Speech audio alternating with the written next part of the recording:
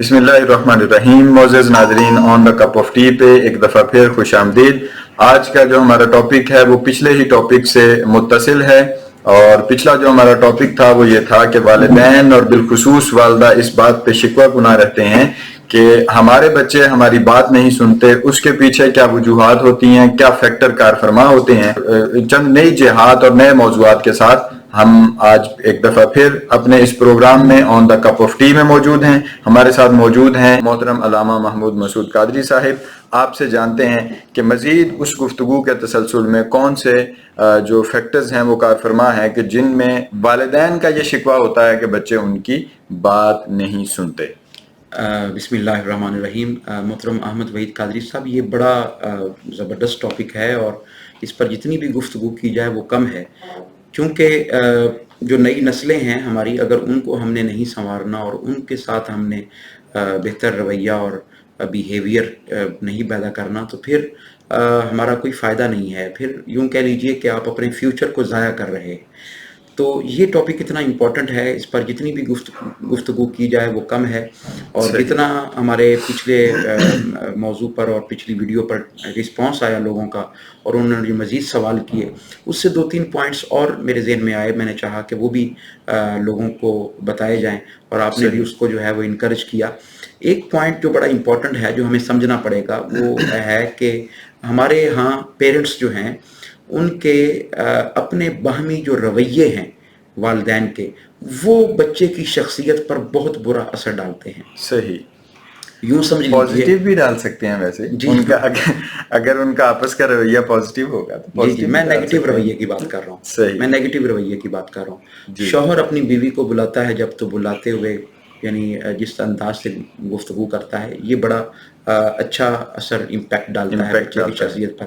اور آگے بیوی اگر رسپانس میں جو ہے وہ اچھا کلام کرے گی تو یہ بھی بڑا اچھا اثر ڈالے گا بچے پر، بچی پر.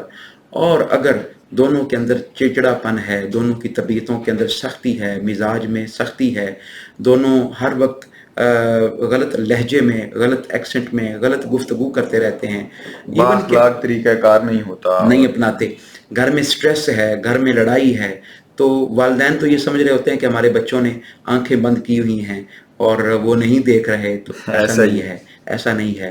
آپ کے بچے چھوٹے ہیں، اگرچہ 2-3 سال، 4 سال، 5 سال، 6 سال کا بچہ، ایون کہ نیو بورن بیبی جو ہے وہ بھی آپ کے اس رویے کا شکار ہوتا ہے، اور اکثر اس کی طبیعت پر بھی اس کا بہت گہرا اثر پڑتا ہے. پڑ رہا ہوتا ہے. اور لیکن جو معلوم نہیں ہوتا والدین کو کہ یہ اس کی تربیت، چونکہ پیرنٹس تو یہ سمجھ رہے ہوتے ہیں کہ شاید جو ہم ان کو کہہ رہے ہیں وہ وہی مان رہے ہیں. میں آپ کو میں یہاں پہ آپ کو ایک مثال دینا چاہتا ہوں. میں اپنی چھوٹی بیٹی کی، عرفہ میری بیٹی کا نام ہے، اس کی مثال دینا چاہتا ہوں.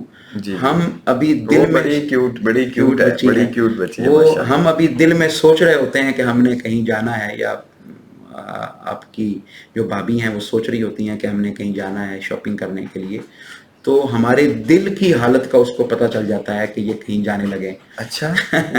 اس کو دل کی حالت کا پتہ. اور وہ باقاعدہ یہ جملہ کہتی ہے کہ میرے کیمراز جو ہیں وہ میں بہت چلاک ہوں، مجھے سارا پتہ چل جاتا ہے. میں نے کیمرے لگائے ہوئے ہیں اور مجھے کیمروں سے پتہ چل جاتا ہے، میں دیکھ لیتی ہوں کہ آپ جا رہے ہیں. تو آپ تصور نہیں کریں گے کہ وہ کس طرح ہمارے دل کی بات کو پڑھ لیتی ہے، ہمارے ذرا سے ایکشنز کو دیکھتی ہے.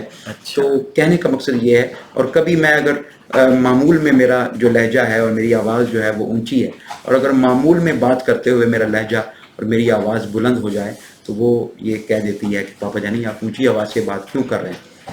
اچھا، ماشاءاللہ. آپ لڑائی تو نہیں کرنے لگے؟ یعنی کہنے کا مقصد یہ ہے کہ، اور بتانے کا مقصد یہ ہے کہ بچوں کے سامنے ہمیشہ ہمیشہ ہمیشہ ویل بیہیو کریں. ان کے سامنے سٹریس والی باتیں نہ کریں، لڑائی جھگڑے والی باتیں نہ کریں، ان کے سامنے لڑیں نہ. بچوں کے سامنے کسی طرح کی نیگیٹیویٹی وہ ان کی شخصیت پر بہت برا اثر ڈالے گی. اور اسی طرح جب بیوی